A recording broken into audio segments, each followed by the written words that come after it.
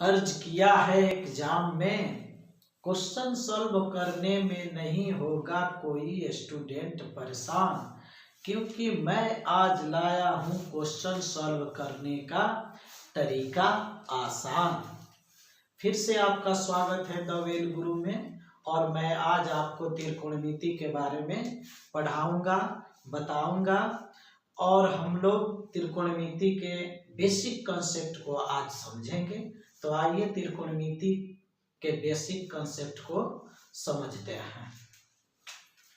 पहले त्रिकोणमिति शब्द से क्या अर्थ निकलते हैं उसको हम लोग देखेंगे। त्रिकोणमिति, त्रिकोणमिति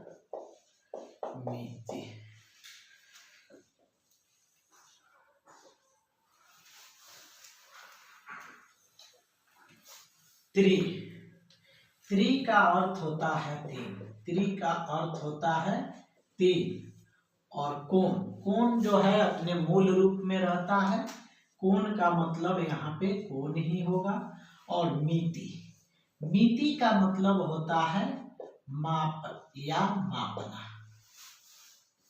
तीन कोण को मापना त्रिकोणमिति कहलाता है। अर्थात तीन कोणों को मापना त्रिकोणमिति कहलाता है। त्रिकोणमिति कहलाता है। त्रिकोणमिति को विच्छेद करने पर त्रि का अर्थ होता है तीन। कोण अपने मूल रूप में रहता है कोण। मिति का मतलब होता है मापना। अर्थात तीन कोणों को मापना त्रिकोणमिति कहलाता है। तीन कोणों को मापना क्या कहलाएगा? त्रिकोणमिति कहलाता है। अब इसकी इंग्लिश वर्ड से देखते हैं कि क्या अर्थ निकलता है।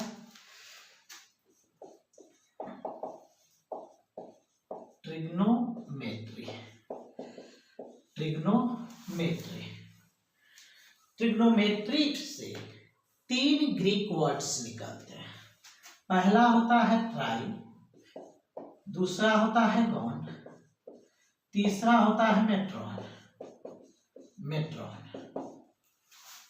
ट्राई, गॉन, मेट्रॉन ग्रीक वर्ड है।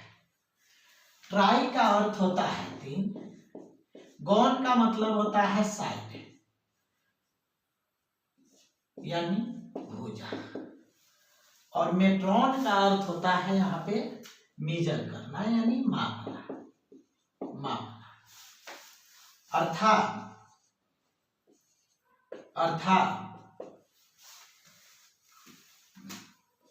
तीन भुजाओं को मापना त्रिकोणमिति कहलाता है। ट्रिग्नोमेट्री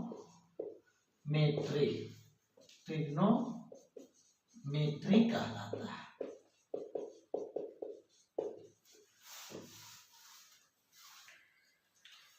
त्रिकोणमिति शब्द का विच्छेद करने पर क्या अर्थ निकला? तीन कोणों को मापना त्रिकोणमिति कहलाता है। ट्रिग्नोमेट्री वर्ड से क्या अर्थ निकला? तीन भुजाओं को मापना त्रिग्नोमेट्री कहलाता है। यहां पे कंसेप्ट यह निकलता है कि वे कौन से बहुभुज हैं जिसमें तीन कोण, वे कौन से बहुभुज है जिसमें तीन कोण और तीन भुजाएं होती हैं। वे कौन से बहुभुज हैं जिसमें तीन कोण और तीन भुजाएं होती है? तो वह बहुभुज है त्रिभुज। कौन सा बहुभुज है? त्रिभुज।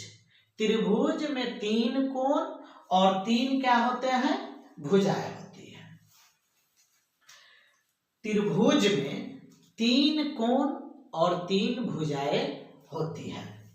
इससे यह कंसेप्ट निकलता है कि जिस गणित के शाखा में 3 कोण और 3 भुजाओं के संबंध, 3 कोण और 3 भुजाओं से संबंधित प्रश्नों का हल होता है, वह क्या कहलाएगा?